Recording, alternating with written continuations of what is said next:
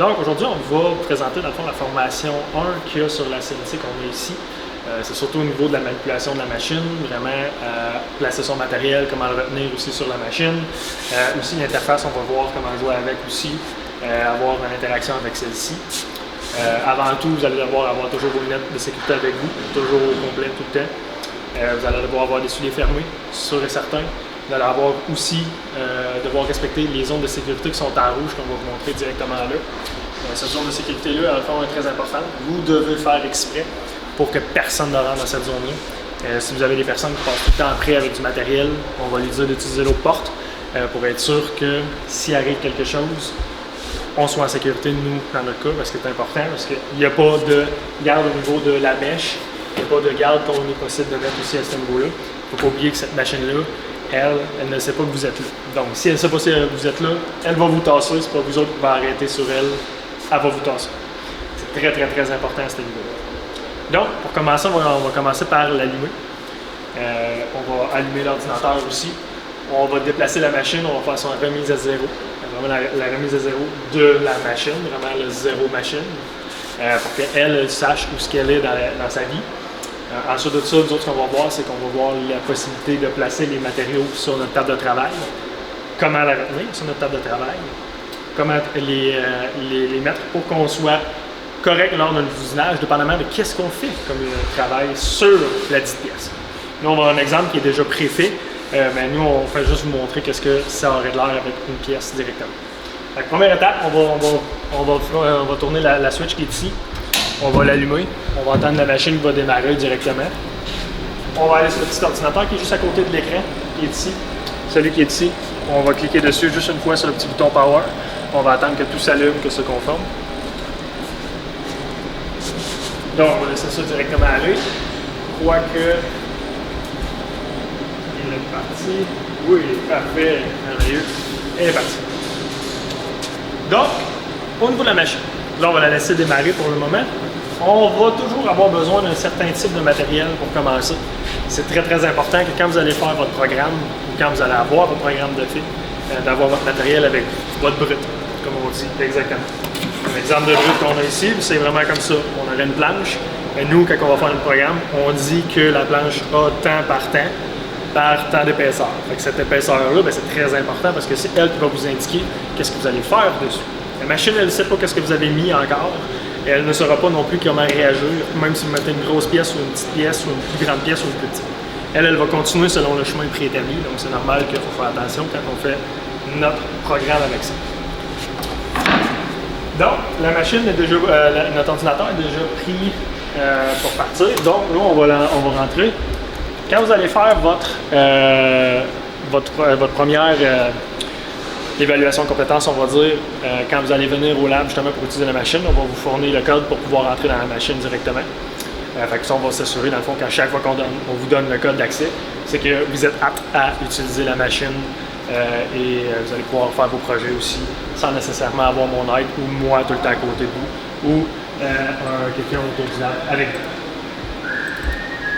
On double-clique sur Iridium, la fiche directement, on va arriver sur l'interface. L'interface va tout le temps nous demander au début de partir, de remettre la machine à zéro, comme on disait. Donc, ce qu'on va faire, c'est qu'on va la laisser aller. Et il nous demande toujours de rouler le homing, vraiment faire la remise à zéro à ce niveau-là. Je vais descendre ça ici. Donc, on clique tout le temps sur le petit bouton. Vous voyez que l'écran est tactile, donc on l'utilise. Vous pouvez utiliser la souris aussi sans problème, il n'y a pas de problème à ce niveau-là.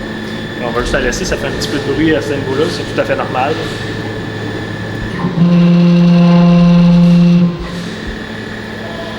On va la laisser encore une fois. Et voilà. Donc là, on atteint justement la remise à zéro, le petit message s'efface. Donc, on est prêt à utiliser la machine et utiliser notre code, se préparer pour faire notre projet. Déplacer la machine, je vais juste la déplacer moi manuellement. On va la regarder un petit peu plus tard, mais on va voir un petit peu qu'est-ce qui va se passer à ce niveau-là. On va commencer par la préparation de notre matériel directement sur notre bête de machine. Puis on va juste se tasser. Donc, on se met de la place. Vraiment, vous aussi, vous allez devoir déplacer la machine pour vous donner de la place sur le bed de la machine. Vraiment pour vous dire, OK, qu'est-ce que je peux faire à ce niveau-là. C'est très important pour pouvoir garder ça tout propre. Je vais juste sortir une chose, j'ai oublié quelque chose dans le tiroir pour vous montrer cette option. Donc, j'ai trouvé ce qui me manquait, c'était le ruban adhésif. Je vais vous expliquer pourquoi, encore une fois, utiliser ça. Donc là, vous voyez que j'ai mis beaucoup de choses à la disposition directement sur le spoilboard de la machine. On se rappelle toujours, encore une fois, que c'est pas pour rien que j'ai mis tout ça. Il y a plusieurs méthodes de fixation. Nous, on en préconise environ 4 pour la fixation de nos objets. Ça va vraiment être en fonction de ce que vous faites. Ça peut être vraiment là, un moule, ça peut être vraiment quelque chose qui est vraiment une plaque à découper, une gravure, ces choses-là. Toutes ces choses-là sont très importantes, ça va changer votre méthode justement de fixation au niveau de la machine. Donc, j'ai parlé d'un spoilboard. La partie qui est juste en dessous, la petite partie qui est là, cette partie qui est ici, justement, c'est la partie justement de protection contre le spoilboard de la machine. Vous voyez, là, il y a la table d'aluminium. Ensuite de ça, il y a une petite plaque grise que vous allez voir. La petite plaque grise, c'est le spoilboard de la machine d'origine. C'est celui qu'on essaie de ne pas briser. Donc, c'est pour ça qu'on met un MDF 1 pouce par-dessus pour justement compléter nos erreurs. Parce que ça pourrait arriver qu'on descende trop bas dans la machine et qu'on grave carrément le spoilboard et on ne veut pas maganer la machine. Donc, c'est pour ça qu'on a une plaque sacrificielle qui est le spoilboard pour ça. Vous voyez qu'il commence à avoir des rainures à l'intérieur. C'est pas pour rien, c'est exactement pour ça qu'on fait ça. Donc, pour commencer, on va juste prendre notre matériel, notre brut en premier. Notre brut, on sait que celui qui est ici, on le sait qu'il est comme ça. Je vais tasser celui-là pour le moment.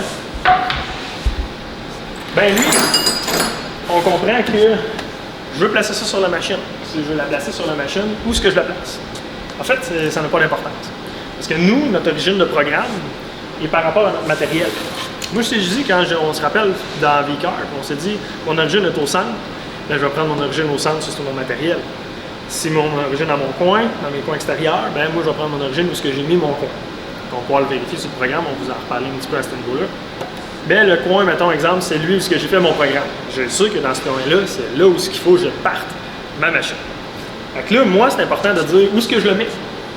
Je vais le mettre pour que, si je l'ai mis dans le bas à gauche, ben, je vais garder mon coin bas à gauche, parce qu'on se rappelle que mon origine de machine est ici, en bas à gauche. Donc, on va s'assurer de dire à la machine, ton programme, où est-ce que tu vas partir ton programme, pas la machine. Le programme, tu vas le partir là. Et nous, on va y indiquer sur la machine qu'il faut que tu partes à cet endroit-là. C'est ce qu'on appelle placer notre matériau sur notre table de travail. On place notre matériau là. On a décidé qu'on le plaçait là. Parfait. Nous, on préconise, comme on disait, 4 méthodes de fixation. On préconise. On s'entend, il y en a beaucoup plus, mais on s'assure, dans le fond, qu'on retient notre pièce efficacement sur notre spoilboard, on évite les vibrations, puis on évite des cas où ce que ça pourrait éjecter la pièce aussi, soit sur nous ou ailleurs, directement dans la pièce. Donc, on fait attention quand même à ce niveau. Ce qui est important, on va utiliser la première méthode, ce qu'on appelle les T-slots.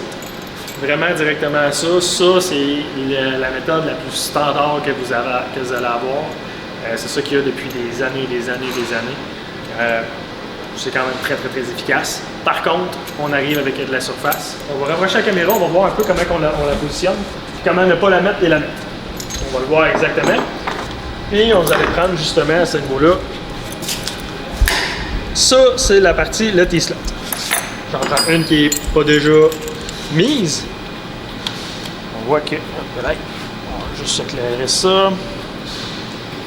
Comme ça ici. Une partie en T, vraiment directement, on va la glisser à l'intérieur, puis elle ne pourra plus virer, c'est ce qui va nous permettre de justement avoir une bonne appui. Là, on voit que là, quel sens ça va, là, on n'est plus trop sûr, mais là, on va se valider avec l'autre qui est juste à côté, qui est ici. Là, on voit que normalement, ce qui arrive, quand on se met plus proche du bord, là, on a plus de force. Oui.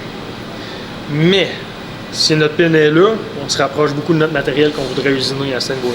On se mettra en fonction de ça. La pièce qui est ici, on voit que là, notre ligne est là, on peut se rapprocher énormément, puis ça pourrait vraiment être affecté, puis pourrait même briser la mèche si vous rentrez en contact avec une partie en métal.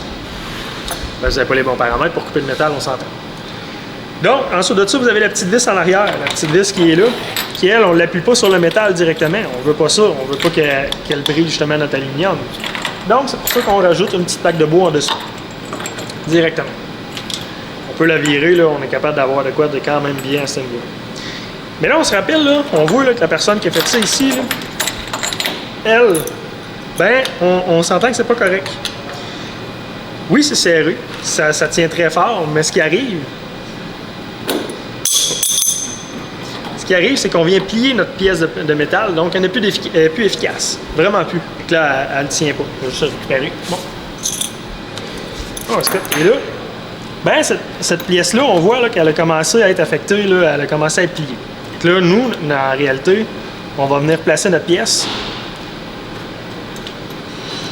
directement au centre. On va placer notre petit papillon carrément au centre comme ça. Comme ça, on s'éloigne, on a une bonne force pareille. Et on s'assure que notre pièce de bout ne dépasse pas notre machine aussi. Là, on va visser tranquillement. Puis là, ben, vu que quelqu'un a déjà travaillé trop fort avec, on voit qu'elle essaie tout le temps de revenir vers le centre. Fait que là, on va essayer là, justement là, de ne pas faire ça. Peut-être qu'elle va falloir la déplier pour pouvoir réussir à l'avoir. Puis là, ensuite de ça, on vient prendre le petit Westcott, puis on vient serrer. On vient serrer quand même assez fort, mais pas de là à dire qu'on vient plier notre pièce de métal. Ça sert à rien. Si on la plie, on n'a même plus la même force, ça ne change rien. Fait qu'on reste avant de plier la pièce, c'est là où on va avoir une meilleure tour. Fait que ça, c'est ce qui est pour la T-slot. Vraiment, tout ce qu'on va avoir utilisé à ça, on peut l'enlever comme ça, puis on peut l'utiliser où ce qu'on veut. On va le ranger, puis on va voir que la table va se vider de plus en plus tranquillement pour pouvoir se fixer exactement comme on le souhaite depuis le début. Donc, si on essaie de fixer cette première pièce-là, on va la tenir dans les quatre coins, c'est parfait. Deuxième méthode qu'on pourrait utiliser, c'est pourquoi j'ai arrêté la vidéo, c'est pour justement dire qu'on allait chercher du tape à tapis. On va utiliser ça surtout quand on a une petite gravure sur le dessus, des choses comme ça, puis qu'on veut graver toute la surface, puis qu'on veut pas avoir rien sur la surface qui nous empêcherait de pouvoir graver. Donc là, on va se mettre deux petites lisières carrément de tape à tapis. On va virer ça de l'autre côté et on va venir le coller vraiment fort dessus. Comme ça, ça va tenir notre pièce, puis ça ne brisera pas notre bois lorsqu'on va enlever notre ruban. Ça, c'est la deuxième méthode qu'on utilise quand même assez rapidement. Troisième méthode. Troisième méthode, je vais prendre un exemple avec des morceaux qui sont ici sur le côté. On voit qu'on a des pièces qui sont comme ça, puis on pourrait les mettre comme ça ici pour créer un endroit. Tu sais, quand on fait de la pièce, le multipièce, là, tout le temps pareil, puis on va recommencer tout le temps la même chose, c'est super pratique parce qu'un coup qui est fixé, on arrive, on la change et on repart à zéro directement. On autorise tout le temps la même zéro. En vissant ces pièces-là, ce qu'on peut faire, quand on a des gros morceaux, des choses comme ça, on visse quelque chose dans le côté, puis on peut venir visser dans le côté directement puis retenir la pièce sur les côtés sans toucher à notre surface encore une fois. Ça, c'est bien pratique quand on fait gros du surfaçage ou quand on passe vraiment à des endroits, on descend, on monte, on descend, puis qu'on fait de la répétition aussi, ça va super bien ça. Donc, ça, c'est une autre méthode. On va parler de la dernière méthode. La dernière méthode là, qui est très simple, c'est prendre une vis et on va visser notre matériel directement dans notre spoilboard. On irait vraiment directement dans notre trou. On irait là direct. Voilà. Ouais, finalement. Et on viendrait visser directement dedans. Là, on s'entend que là, quelqu'un l'a déjà craqué auparavant. C'est pas grave, c'était juste pour vous montrer qu'est-ce qu'on ferait. On viendrait retenir la pièce, on viendrait accoter ça jusqu'à notre surface. Comme ça, on est sûr solidement fixé. Par contre, j'ai emmené deux types de vis. Et oups, il faut faire attention parce que notre vis qui est là, elle ne doit pas jamais dépasser justement notre spoilboard. Parce que si elle déplace notre spoilboard, ben là, on s'entend que là, on vient de passer carrément dans le bed de la machine. Là c'est pas bon. Là, on brise la machine plus que d'autres choses. Fait que c'est les longues vis, on essaie de s'en tenir très loin. À moins que vous ayez des pièces qui sont très loin à rejoindre, des pièces vraiment très bizarres, qu'il faudrait aller la chercher plus loin pour la visser de côté. Là, on utiliserait des longues vis pour ça. Fait que nous, dans ce cas-là, on utiliserait les vis pour ça. C'est qu'est-ce qui a été utilisé pour faire cette pièce-là d'ailleurs? C'est justement des contours. Parce que justement, on voulait avoir l'intérieur de la pièce, puis les contours, on s'en foutait un petit peu. C'est vraiment notre excédent de matériel. Donc, on a utilisé la méthode de vissage. Qu'est-ce qui est la plus sécuritaire aussi? Parce que on a de quoi qui est très solide, solidement fixé. Et aussi, on aurait très peu de vibrations. Quand vous faites des pièces, justement, avec des côtés, qui sont comme ça. Justement, on va la placer de ce sens-là. On voit que j'ai une forme à l'intérieur. Pour éviter là, justement que j'arrive sur mon bord très rebord ici, puis que le bord il en reste encore, c'est important de se dire, ah ok, peut-être que ma pièce n'était pas tout à fait droite. Elle aurait pu être comme ça. On vient choisir notre partent directement à l'intérieur. Bien là, c'est important, on peut prendre un tape à mesurer, puis vraiment valider nos mesures sur chaque côté pour qu'elles soient la même, pour être sûr qu'on soit directement parallèle avec l'axe central de notre machine. Comme ça, on pourrait utiliser pour ça le tape à mesurer. Vous pouvez toujours vérifier, très important aussi, la dimension de votre brut versus le projet que vous allez avoir.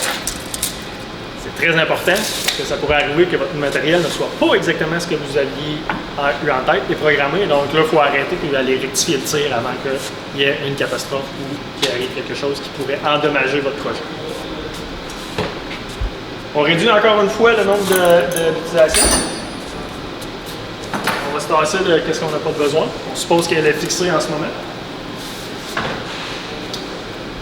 Il va nous rester une coupe d'outils qui est ici. Là, on va parler des outils de coupe qui sont ici. Des outils justement pour enlever notre outil de coupe sur notre tête. Et une petite clé Allen qui est là pour nous aider à avoir de la place quand on va faire des travails, des moules, des 2.5D, ce qu'on appelle vraiment du 3D, mais c'est en réalité du 2.5D. Je vais approcher la machine vers nous ici. Vous allez comprendre ce qu'on va faire. On va regarder un petit peu plus près ce qu'on va faire. Et voilà. Donc, on va venir un petit peu plus près, puis là, on va regarder qu'est-ce qu'on fait avec ça. Donc là, ce qu'on va faire, c'est qu'on va se faire une petite pause, on va se repositionner pour être sûr qu'on voit exactement ce que je fais ici à l'entrée qui est là. Donc, avec le nouvel repositionnement, nous autres, on a une petite noix qui est ici, qu'on va enlever justement sur le moteur de toupie. Mais cette noix-là, justement, on a juste à la dévisser. Elle n'est pas supposée être serrée, elle n'est pas supposée avoir de l'outil à l'intérieur. On demande toujours à enlever l'outil justement à faire ça. On va le mettre sur la table en attendant. Ce qu'on va avoir besoin, c'est de notre outil à laquelle on va venir travailler. C'est important. Là, je suis resté mon outil, ils sont pas bien longs. Voilà. Et je vais avoir besoin de mon collet. Collet qui est assez important. Je cherche mon petit collet, ça sera pas bien long. 3,8, parfait. On va aller chercher mon outil 3,8 qui est parfait. Donc, mon collet. Ça va ressembler à ça ici. Ça va toujours être important. Un peu comme une toupie, encore une fois. On viendrait toujours utiliser ça. Comme j'ai mentionné dans la section, on va prendre notre outil par le corps, qu'on appelle le shank. Le shank, justement, ça, c'est très important de le prendre là pour ne pas prendre notre outil coupant qui est juste en haut. Donc, notre outil 3,8, il va là-dedans. Là, il est serré, justement, dans le collet qui est là pour, justement, retenir la rotation et avoir, justement, la force pour le rendre. Nous, dans notre cas, ce qu'on va faire avant, on va déposer la mèche qui est là tranquillement, attention de ne pas l'échapper à terre. Bien, on va venir placer, justement, le collet à l'intérieur. Parce que, tu sais, on ne peut pas juste fixer ça comme ça, puis tout est beau, c'est pas grave. On a besoin de le popper. Fait que là, on va le voir. On a entendu, il y a un petit tic qui est fait. Fait que là, c'est soutenu à l'intérieur. Là, vu que c'est soutenu à l'intérieur, ben là, on sait que ça, c'est la bonne chose. Fait que quand on va venir le mettre à l'intérieur, ben notre pièce, elle va le retenir déjà en partant quand même pas pire.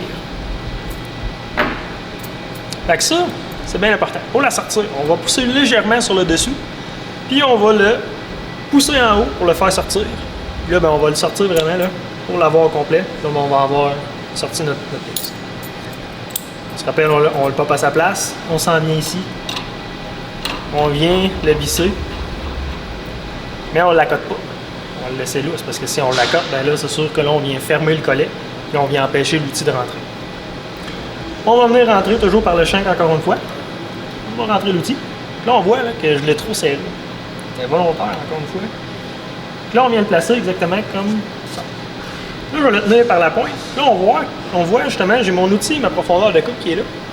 Et là, on va essayer de laisser un petit espace entre eux. S'il y a des couleurs, justement, sur la petite mèche, bien, on peut faire exprès pour dire que la couleur, elle est toute sortie, puis qu'on voit un petit peu du blanc du shank de l'outil.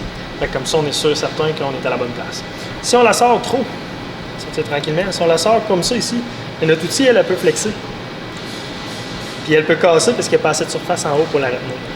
Là, c'est pas très bon. Si on la rend trop profond aussi, ce qui arrive, c'est quand on va usiner de proche, bien là, ça va faire exactement comme tout le monde a fait, rentrer l'outil trop proche, qui est une bonne méthode, mais en même temps pas toujours la meilleure. C'est qu'on va aplatir notre brosse alentour, puis là, bien, quand on va arriver pour faire des surfaces, on n'aspire plus tout comme on était supposé le faire depuis le début.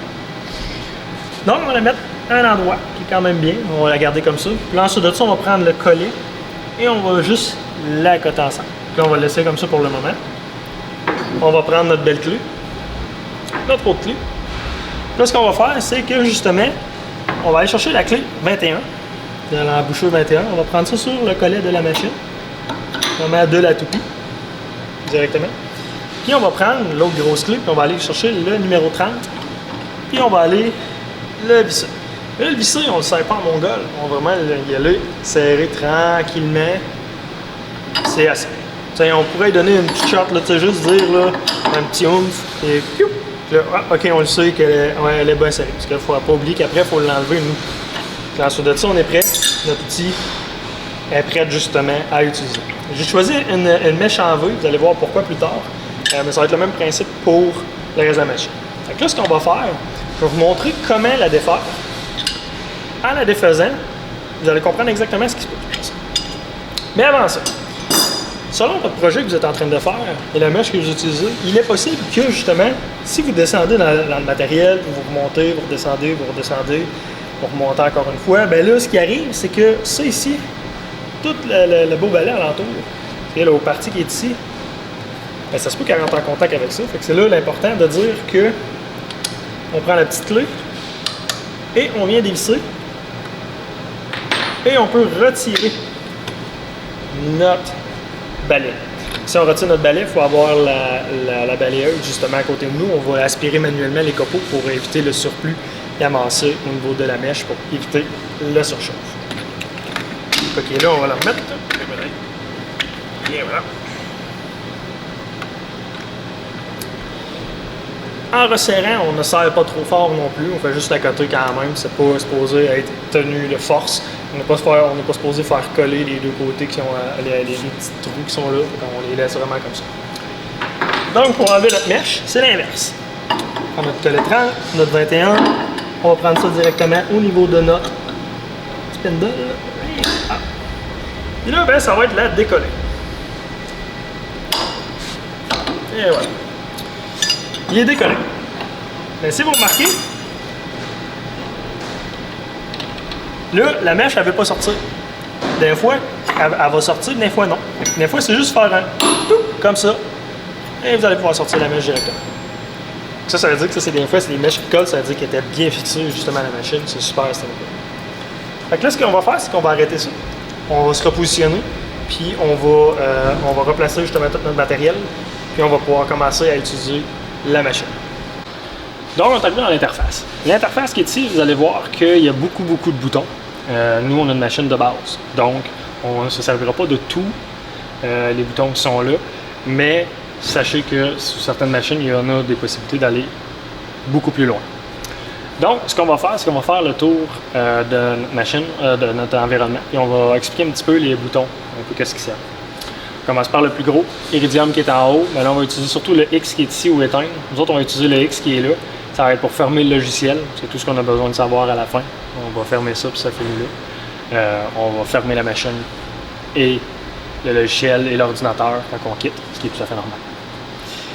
G-Code qui est ici, juste qui est là. C'est là où on va avoir notre clé avec tous nos programmes à l'intérieur. DXF et New, ces côtés-là, ça, on n'y touchera pas, mais c'est des options qui existent supplémentaires. Nous, ce qu'on va faire avant pour commencer, pour vraiment expliquer au niveau de l'interface, parce que là, on n'a rien d'affiché, bien là, on va commencer à aller chercher directement notre programme qui est dans notre clé USB qui est là, qu'on va mettre dans notre ordinateur. Faites attention pour rentrer dans l'ordi. Pas briser les ports USB, justement, il y a quelqu'un qui est arrivé et a brisé les ports USB malheureusement. Ça peut arriver, mais faites attention quand même pour éviter ce genre de choses-là. On va arriver avec G-Code, comme on a parlé. Et on a vu que dedans, moi j'avais un programme préchargé, puis c'était le programme dans lequel on est en train d'effectuer la formation à ce moment-ci. Donc on peut visualiser qu'est-ce que ça va avoir de l'air, c'est quoi notre programme, la date qui a été créée, c'est super, on peut cliquer sur la flèche et on a notre programme qui est affiché directement au centre. C'est merveilleux. Donc, si on voit le programme, on dit qu'on est tout croche, on peut venir comme ça ici, on revient, on reset tout au complet. On peut dire qu'en cliquant dessus ici, c'est une région. Mais là, lui, on s'en servira pas vraiment. Plus, moins, ben là, ça va être vraiment au niveau des zooms qui sont là. Celui qui est ici, c'est là où on peut afficher les dimensions, justement, de la pièce ou non. On va les afficher pour savoir à peu près le hors-tout, justement. Est-ce que c'est la bonne grandeur, le programme? Quand vous faites plusieurs morceaux, ça se pourrait arriver. LBE, c'est pour, au lieu de se servir du clavier qu'on a physiquement en bas, c'est vraiment de le prendre à l'écran. Ça, c'est comme on le choisit. Donc ça, c'est la première ligne. Ce qu'on va faire, c'est que là, moi, j'ai placé ça environ tout croche. C'est pas grave. Ce qu'on va utiliser ensuite de ça, c'est les placements de notre environnement. Si je clique sur X, Y, Z, on va arriver qu'on va se placer dans une vue isométrique. X, Y, X, moins ça. ZX, ZY, on voit un peu toutes les différences sur lesquelles on est. Vous allez avoir le parc qui est là, on y touchera pas. Eux autres, on y touche pas de zéro. Vous allez avoir ensuite de ça tout ce qui est en dessous. Le jog over speed et le over speed. Deux vitesses complètement différentes. Jog over speed. Le jog over, jogger une machine, c'est quand on va venir déplacer la machine avec les flèches plus loin. Mais nous, on va vraiment utiliser ça, ça va être la vitesse de déplacement maximale. C'est 100% de la vitesse de déplacement maximale. C'est tantôt quand je déplaçais la machine, comme je déplace là, ben c'est 100% de la vitesse. Si je la réduis à 10%, là, on l'entend en arrière, ben là, elle va tranquillement, et elle suit tranquillement au lieu d'être beaucoup plus rapide. Ce qui est tout à fait normal. Ça, c'est 100%. On la laisse comme ça, à la plupart du temps. Si vous vous sentez moins à l'aise de bouger la machine, qu'elle soit rapide, descendez là, il n'y a pas de problème, ça va super bien. L'overspeed. L'overspeed, c'est la vitesse de votre programme, l'exécution du programme. C'est-à-dire que si on va plus vite, ben là, lui, il va automatiquement monter la vitesse du spindle, puis il va aller plus vite vraiment réellement aussi avec la machine. Donc là, on va accélérer notre programme, et inversement, on va le diminuer. Si vous trouvez que ça va trop vite, descendez là à 50%, il n'y a pas de problème. Tout va suivre en conséquence pour être capable d'exécuter votre programme en toute sécurité. Donc, ça, c'est les deux. Spindle speed, ça va être la vitesse à laquelle que votre spindle va tourner lors de votre programme. Vous pouvez le voir dans ce programme-là, si je me souviens bien, on peut aller descendre un petit peu. Lui, on va tourner à 9500 RPM, qui est très rapide pour qu'est-ce que c'est, pour qu'est-ce qu'on a comme mesh. Nous, on peut descendre un petit peu plus bas, puis on peut aller beaucoup plus vite. On faut se faire attention pour ça, pour pas briser quelque chose. Mais c'est pas grave, 9500, c'est une belle vitesse aussi.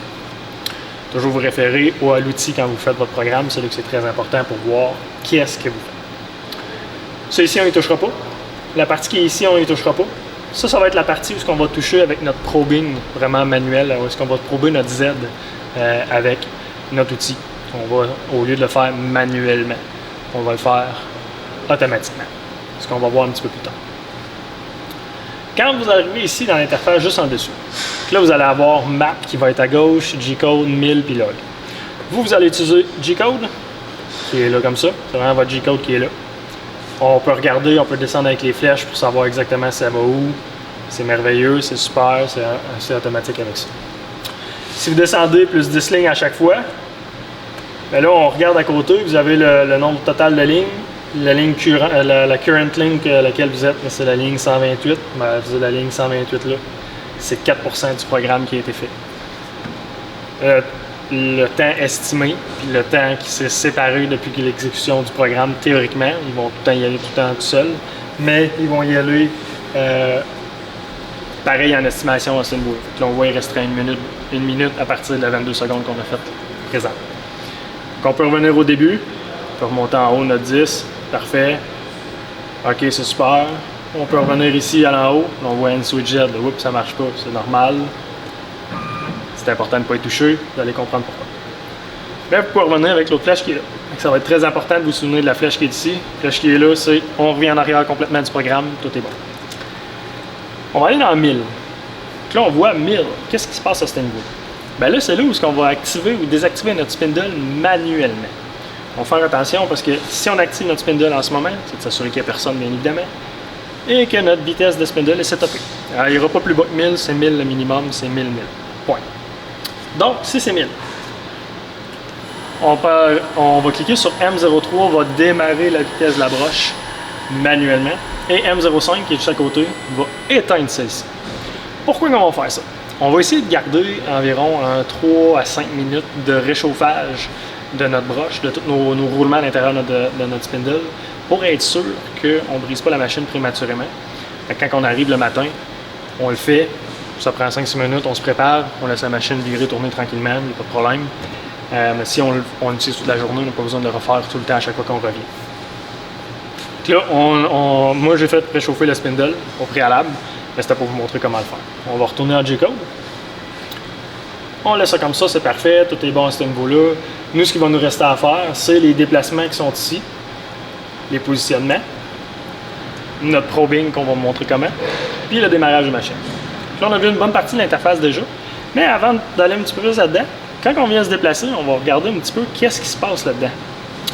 Vous allez avoir, justement, on voit un petit peu le point qui est ici, avec les 3 axes. Ça, c'est l'origine de machine, carrément. Ça, c'est vraiment l'origine. On va le voir un petit peu mieux. Vous allez avoir ça ici.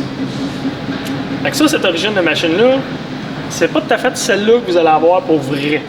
C'est vraiment juste l'origine de notre visualisation. Si je fais je vais juste m'en venir un petit peu plus rapide, je reviens. Je vais vous montrer. Et voilà, merveilleux. On voit ce qu'on a ici. Là, je vais porter votre attention sur les lignes blanches, des tomes rouges, bleus et la petite flèche rouge qui est ici. Vous allez voir aussi la petite flèche blanche aussi qui va être là pas très longtemps. On va le mettre, vous allez voir qu'est-ce qui va. Parfait. Donc, on va commencer par vous montrer qu'est-ce que c'est. En vous montrant, on va commencer par dire les lignes jaunes, ça va vous indiquer dans le fond la dimension hors tout de votre programme, ce qui est super, c'est exactement ce qu'on a besoin. Le datum bleu qui est ici, c'est l'origine bleue de la machine, carrément la machine, c'est elle son 0, vous n'allez jamais pouvoir le toucher. Le rouge, c'est l'origine de votre programme. C'est là la différence entre le programme et la machine. C'est là où on dit que nous, quand on a fait notre programme, on dit tu vas partir là, puis on dit à la machine tu vas partir à cet endroit-là pour ce programme-là. C'est là qu'on va le voir un petit peu plus tard, justement, dans l'interface un petit peu plus haut, comment setuper tout ça. Les lignes blanches, ça va être les rapid move, carrément. On se déplace en rapide. Et les lignes rouges, c'est les lignes de travail à laquelle on va travailler la pièce, vraiment à ce niveau-là. Vous allez voir qu'il y a une petite tête blanche puis une tête rouge. La tête rouge pour vous indiquer où ce que la machine est présentement dans son environnement. La tête blanche, c'est où ce que le programme est et où ce qu'on s'en va. Plus qu'on descend dans les lignes du programme, plus qu'il va descendre, parce que c'est exactement ce qu'on veut à ce niveau-là, ce qui est tout à fait normal. Donc, on va voir justement qu'est-ce qu'on fait au niveau des déplacements qui va être justement à droite ici. Déplacement, vous allez voir justement au centre, ça va vous dire quel mode de déplacement que vous êtes. Qui sont tous ici, ces modes-là. Vous avez le mode infini, à laquelle, aussitôt que vous pèsez dessus, ça bouge. Aussitôt que vous le tenez, que si on le tient avec la souris, ça bouge. On n'ira pas plus vite que ça. C'est la vitesse maximale, c'est 100% de sa vitesse, qui est à 600 pouces minutes environ. Donc, on entend vraiment. Si vous essayez avec votre main, vous ne serez pas capable parce que justement, ça ne fonctionne pas quand on est en momentané. On peut le mettre en pouces. Là, on va voir qu'on a un petit 1 qui est apparu. On peut le mettre en point 1, justement, point 1 qui est là, point 0,1. Toujours en pouces. L'interface est qu'en pouces. Point 0,1, et voilà. Fait que si on clique une fois, là, on peut bouger la machine avec le momentané. Même chose avec la souris. Même chose avec les flèches qu'on va voir où bouger la machine. Z+, Z-, déplacement des machines. A-, et A+, on n'y touchera pas. Ça, c'est sûr qu'on n'y touche pas. Pour déplacer la machine grâce au clavier. Là, moi, c'est ce que je fais depuis tantôt. Je vais vous le montrer directement. Alors, on va utiliser les flèches qui sont là. Mais les flèches qui sont là se retrouvent aussi sur votre clavier. Donc, vous avez les flèches en haut. Donc, ça va être tout ce qui est Y, tout ce qui est X. Et notre Z. Page up, page down. Carrément. On s'en va au niveau du numlock, qui est ici. Il ne faut pas qu'il soit activé, bien entendu. Ben, nous, on a encore une fois les flèches qui sont là, page up, page down, c'est encore une fois le contrôle de X, Y, Z sur notre clavier. C'est comme ça qu'on va utiliser, manipuler la machine près avec le clavier. C'est exactement ce qu'on a ici. Fait que nous, ce qu'il nous reste à voir, c'est justement cette partie-là, cette petite partie-là, puis le démarrage. Cette partie-là qui est ici, c'est là où ce qu'on va voir où est-ce qu'on s'en va mettre notre programme. C'est là où ce qu'on dit à la machine, tu es là. À chaque fois que vous cliquez sur X, Y et Z, là on n'y touche pas encore une fois, à chaque fois que vous touchez sur ces paramètres-là, ça va indiquer que la petite flèche rouge qui est là en ce moment va devenir votre origine de programme. Je vais faire l'exemple, je fais X et Y, on voit que là, les deux sont rendus ensemble parce que justement la tête, où est-ce qu'elle est positionnée en ce moment, ça devient notre origine de notre programme. D'où là, ce qu'on va placer notre matériel avec la tête pour dire où est-ce qu'on va partir de notre programme. C'est là où est-ce qu'on va changer notre but, puis on va le faire. Donc, ces choses-là ici, c'est là que c'est très important parce que c'est exactement ça qu'on va faire. X, Y, Z, nous autres, on va toutes les faire manuellement. Après ça, on va vous montrer comment faire le Z en automatique. Fait on fait juste cliquer sur X, ça revient à 0, on se prépare. Donc, quand on va aller sur la machine, on va aller se préparer proche, puis on va vous montrer comment ça se fait. Et les autres choses qui sont ici, on ne les montrera pas. C'est d'autres choses un petit peu plus avancées, on le verra rendu là si besoin est. Donc, on va se placer autrement, on va fermer la caméra, puis on va la réouvrir justement pour vous montrer comment on va faire ça là. Donc, on va se placer. Nous autres, on a mis une pointe tantôt, c'est pour ça qu'on va le faire à ce niveau-là. On va déplacer notre machine. Puis on va essayer d'aller viser notre coin qui est là avec notre pointe de notre mèche qui est là. C'est-à-dire c'est le centre carrément de la machine. Nous autres, on va essayer. Vous allez voir que ça devient un peu plus vite. C'est là qu'on va utiliser justement les incréments qu'on a changés justement. Puis là, je l'ai mis à point 1. Moi, je me déplace dans les deux axes.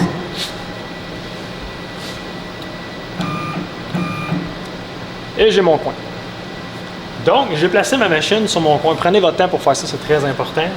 Vous avez dans ce sens-là, vous avez le centre de votre spindle avec votre coin de planche.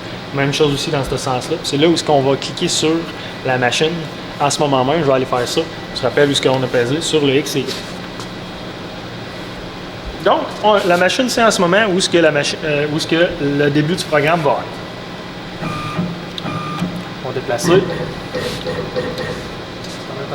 est fini. Donc,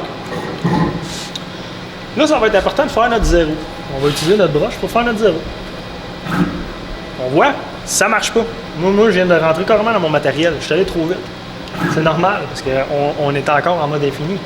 Je passe un petit peu. On va positionner. On va descendre de point 1 pour le moment. On va s'approcher. J'arrive proche. Maintenant, on va descendre à point 0. Là, ce qu'on va faire, c'est qu'on va faire tourner la broche. Puis là, ben, ça va être de voir quand elle va arrêter, quand on descend. D'accord? D'accord? On voit que la petite pointe commence à bouger un petit peu au niveau du matériel. Fait que là, on sait qu'on est rendu à la bonne place.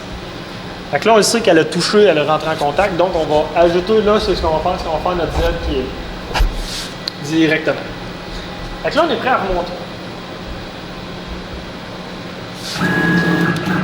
Là, on a notre petite pointe qui est là, elle a fait une micro-marque. C'est parfait, c'est exactement la bonne place où on est positionné directement dessus. Fait que là, on a fait nos 3 axes. Là, on est théoriquement prêt à partir de notre programme directement là. Fait que là, ce qu'on va faire, on va retourner à l'écran. Je vais vous montrer un petit peu plus la manière automatique pour faire notre Z, notre hauteur de Z directement. Donc, pour faire le Z, on va avoir ce qu'on a à côté ici de l'écran. On va avoir ce qu'on appelle une touch of puck. Vraiment, une touch probe, c'est vraiment ce qu'on va utiliser pour détecter la hauteur de l'outil quand elle va peser. Puis c'est là que ça va envoyer le signal à l'ordinateur pour dire notre 0 est là. C'est super. Donc, pour faire ça, on va aller le placer, on va le voir tantôt quand on va le faire. On va se préparer à exécuter cette macro-là. C'est-à-dire, c'est vraiment ce programme, le micro-programme dans la machine pour faire le 0. On va cliquer sur le bouton qui est ici. Tout. Il va apparaître cette image-là. On va se préparer sur celui-là ici. Puis là, il va dire Run Surface Measure Procedure. Il va nous dire oui. Nous autres, on va faire oui, mais je vais vous montrer qu'est-ce que ça fait à ce niveau-là avec lui. C'est que si je fais ça, la machine part, puis là, elle va espérer d'aller toucher le petit point. Là, j'ai touché, là, elle est allée, puis elle a dit c'est beau, j'ai mon 0. Je suis bien bon, je suis correct, il n'y a pas de problème, tout est bon à ce niveau-là. Je suis parfait. Donc là, on va aller placer ça sur la machine, puis on va aller faire exactement ce qu'on vient de faire, et on va aller le faire réellement. Donc, on a placé notre Touch of Puck, notre Touch Pro directement en-dessous de la pointe. On est laisse une petite distance pour se laisser le temps d'exécuter et de bien venir justement à côté de notre pièce. On va exécuter justement notre macro qui est là. On va repartir. Run Surface Procedure, oui. Et là, elle part. Là, on vient se placer en dessous. On s'assure qu'on est bien à la bonne place. Et là, elle remonte. C'est super. Donc là, on laisse ça comme ça. C'est fini. Donc là, on a automatiquement notre 0 qui est là. Il vient de remonter à la bonne place. Il s'est mis automatiquement au 0. Pour sortir de cette fenêtre-là ensuite, c'est de recliquer sur le bouton qui est ici. Et voilà. Fait que là, ce que ça veut dire, c'est que notre préparation est faite. Il va juste rester à avoir ce petit bloc-là pour partir de notre programme. Donc, ce qui va arriver, on va pouvoir replacer notre pot qui est justement ici. Et voilà. Fait que là, on est rendu à la bonne place. Moi, ce que je vais faire, c'est que je vais lui indiquer que ça, c'est mon Z0. Pourquoi? Parce que moi, je veux juste focaliser la pièce, je veux juste qu'on voit un petit peu plus haut qu'est-ce que ça fait pour voir l'exécution de la machine, pour qu'on ait de la poussière un peu au niveau de l'objectif, ce qui est tout à fait normal. Vous avez le dock de ventilation qui est l'aspiration. Vous allez avoir sur le côté, vous allez pouvoir partir la machine directement sur un petit bouton. Un coup qui est parti, vous allez pouvoir justement reposer l'aspirateur, comme ça ici. Et que comme ça, tout protégé, toutes les poussières qui vont créer par l'outil vont être aspirées. Si vous n'êtes pas sûr au début, vous voulez voir qu'est-ce qui se passe, toujours porter vos lunettes bien entendu, et de vérifier de le mettre sur le côté, puis de vérifier qu'est-ce qui se passe avant. Il faut faire attention, ça se peut qu'il y ait des petits brindilles, là, ben, c'est normal. Fait que là, ce qu'il nous reste à voir, c'est vraiment comment partir la machine. Notre programme est remis à 0, on peut revenir en arrière pour être sûr. Pour être vraiment sûr, on repart à 0. Parfait. Là, ce qu'il nous reste à faire, c'est peser sur le bouton Play. Il va remonter, ce qui est tout à fait normal. Et il nous demande Please insert tool 1. Tool number 1. Le tool number 1, c'est le tool qui a été calé directement dans notre programme. T1. Mais ça se peut que ça soit ça le numéro d'outil 22 que vous ayez mis, 42, il va nous dire insérer l'outil tel numéro. En cliquant sur le crochet, on vient de dire ok, c'est beau, j'ai mis mon outil à l'intérieur de la machine. Nous, on l'a déjà fait au préalable. Ben, on fait ça, et après ça, on dit ben ok, on y va, on est prêt, on peut partir dans le programme. Fait que là, moi, ce que je vais faire, c'est que on va regarder justement notre machine rouler. Moi, ce qui va arriver, c'est qu'on va entendre un petit peu de bruit au niveau du spindle, ce qui est tout à fait normal. On va laisser regarder un petit peu, ça prend environ 1 minute et demie à faire, et on va le faire.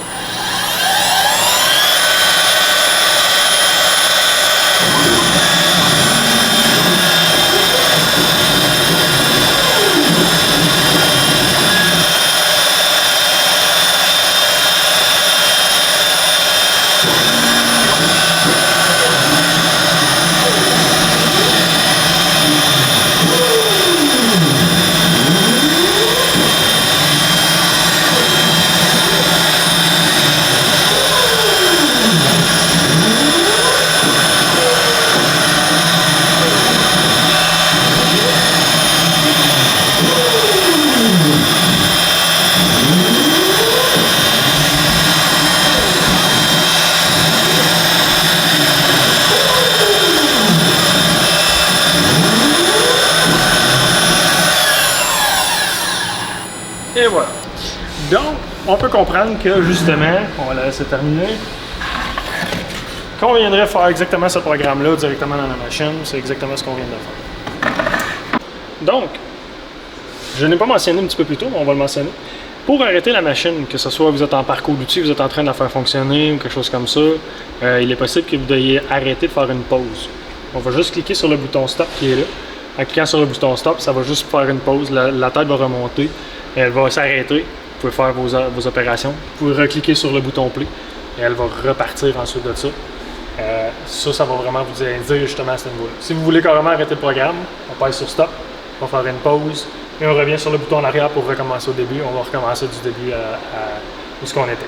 Donc ça, c'est vraiment la manière de poser ou stopper carrément la machine.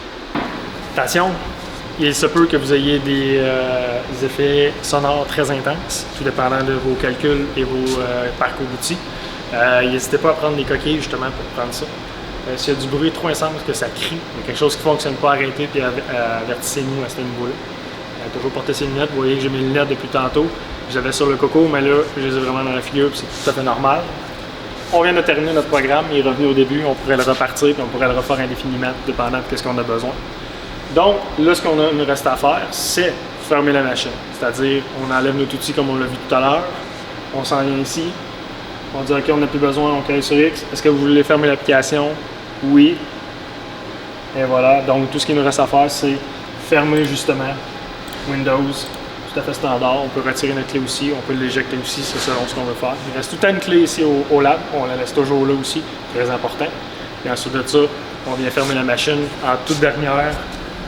On vient vraiment un petit faire, et voilà, et on est prêt. Moi, il va me rester à juste enlever la mèche pour être sûr, tout va être correct. Fait que sur ça, s'il y a de quoi, n'hésitez pas à me poser des questions encore une fois. Envoyez-nous des courriels, il n'y a pas de problème. Fait que ça, c'est vraiment à votre guise aussi. n'hésitez pas, c'est quand même une machine quand même assez complexe. Donc on essaie quand même d'être très sécuritaire avec. Si on n'est pas sûr, on nous appelle, on vient, puis on valide avec vous si tout est bien. Et ensuite de ça, on se revoit au lab. Merci.